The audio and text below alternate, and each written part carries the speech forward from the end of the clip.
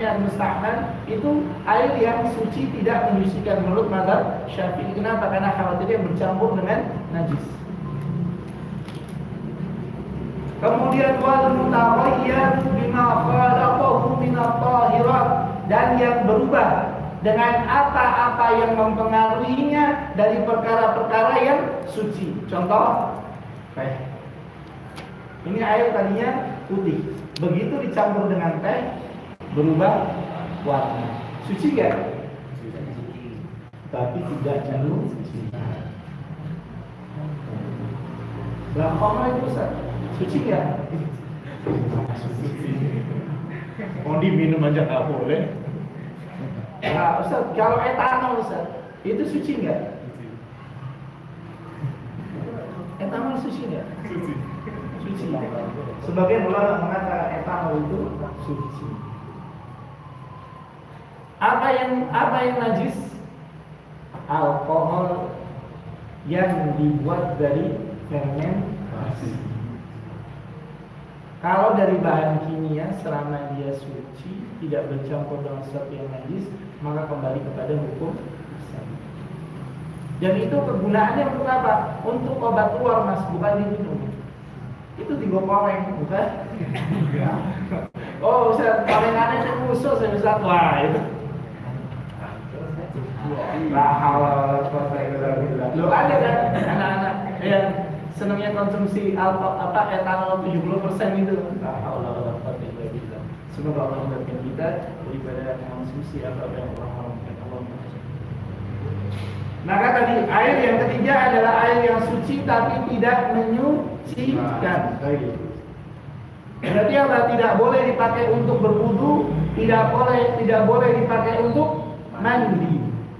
Pertanyaannya, Ustaz, air zam-zam itu zam-zam itu sebenarnya adalah 5 syurin.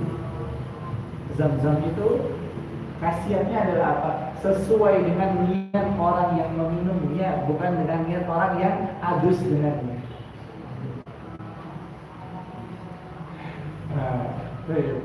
Jadi gimana khasiat zam-zam? Khasiat zam-zam itu adalah yang paling dominan adalah diminum. Meskipun sesekali dipakai untuk berwudu dalam kondisi darurat.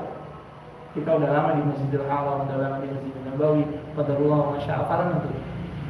Kemudian koma. Nah, kalau ke tempat wudu balik ke Lampung. Kan?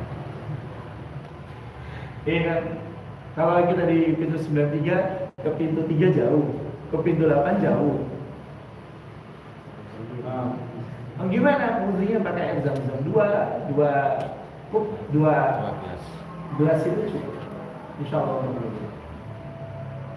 Tapi itu kondisi darurat. Sama kalau kita safar ada air 1 liter,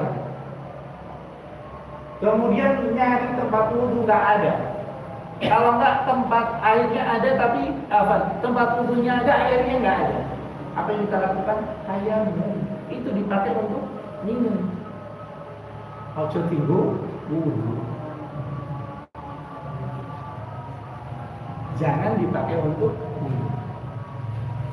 Kenapa? Karena berdasarkan pertanyaan sahabat ketika hadis tadi yang Anda bacakan. Para sahabat bertanya kepada Rasulullah SAW ketika di laut, apakah boleh berwudu menggunakan air laut? Maka Nabi SAW jawab, laut itu airnya suci, bangkainya halal untuk dimakan.